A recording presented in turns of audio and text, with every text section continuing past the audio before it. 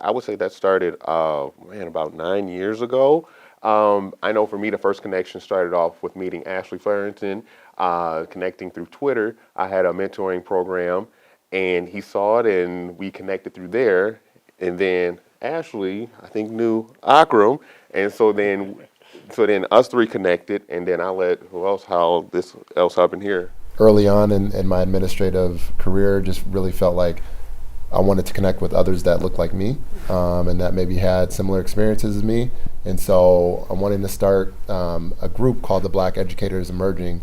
And when I started that, I wanted to find other Black educators around the area, and I just started calling like different schools or finding people that are working at different schools. And so that's how I was connected to Akram. He connected me to Ashley, and then I've known Richmond Choi since middle school. So, and then a colleague of mine worked with Nate at Minnetonka High School, and so that's how I was kind of looped into the group as well.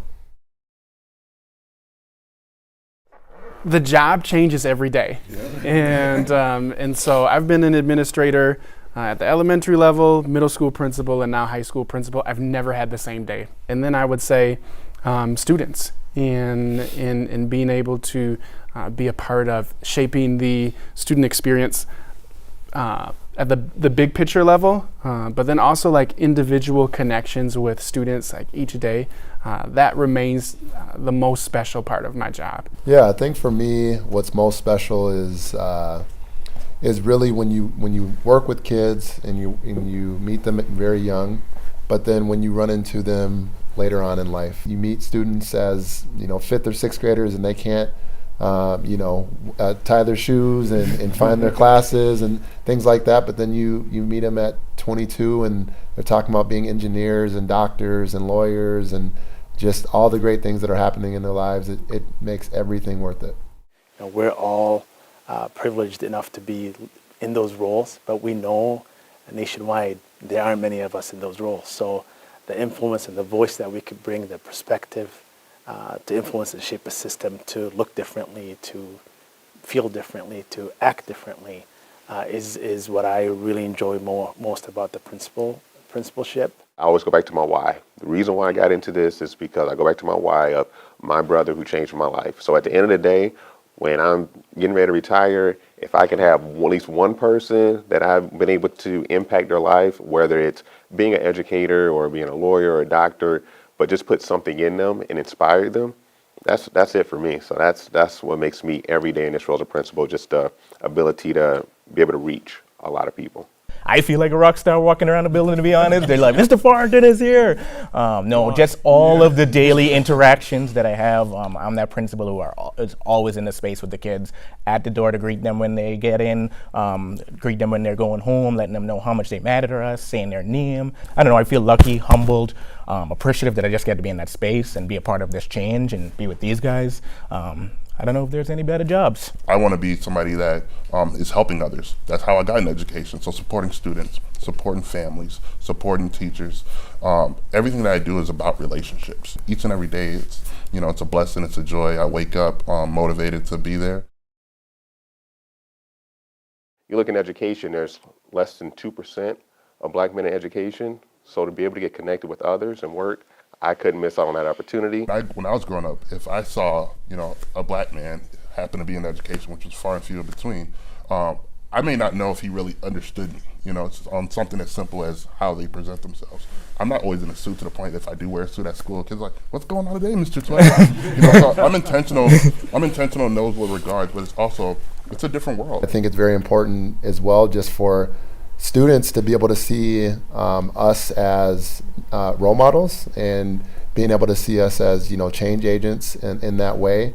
And I think that's for students of color, and it's for white students as well, because there's a lot of other ways that Black men are depicted sometimes, and I think that it's important to show them that, hey, we are doing great work, we are caring, we are loving, we are approachable, we are all of these things. I'm constantly thinking about how to racially diversify, how to diversify the experiences, the lived experiences of the individuals, the work experiences. As you know, not all of us starting in the classroom, but we have some solid lived experiences that have led to some of this brilliance to come out that's needed in education. I think it's, having a cultural background and knowledge, when parents come into the building, how are we connecting with them? Are we informing them of all that they need to know? Sometimes it's hidden systemically, where I don't feel as though information is passed on to families that need to be passed on to support their kids, There are times where families come in, they're surprised that I'm the principal, especially if they're new, if we haven't made that connection, right? So it's just changing the narrative that we're more than just a behavioral person. Talking to a lot of families too, you can hear or feel in their voice some of the trauma, some of the hard things that they experience going through the K-12 system. And I think that's our job, right? And I think that's our job in our leadership capacities. How do we create those conditions where every student feels safe, they feel seen, they feel like they belong? If you don't feel a sense of belonging or connection to your school experience, it's hard to imagine being a professional or being a leader in that space. And it also starts with every kid that I see that looks like me in the classrooms, in the schools that I've led in, and the brilliance and the joy that they have that often, doesn't get elevated enough in schools. And it's a constant, it's a commitment. Change, and I think it's not an easy journey. It's a lot of good work. But I think one of the things I'm saying is come be a part of this change with us. We, especially in my role, is celebrating our teachers more so other people can see that, so people want to do it, right? I think at times, unfortunately, there are so many narratives about teaching or about teachers or what they're doing or not doing, and that sometimes make people be like, I don't want to do that.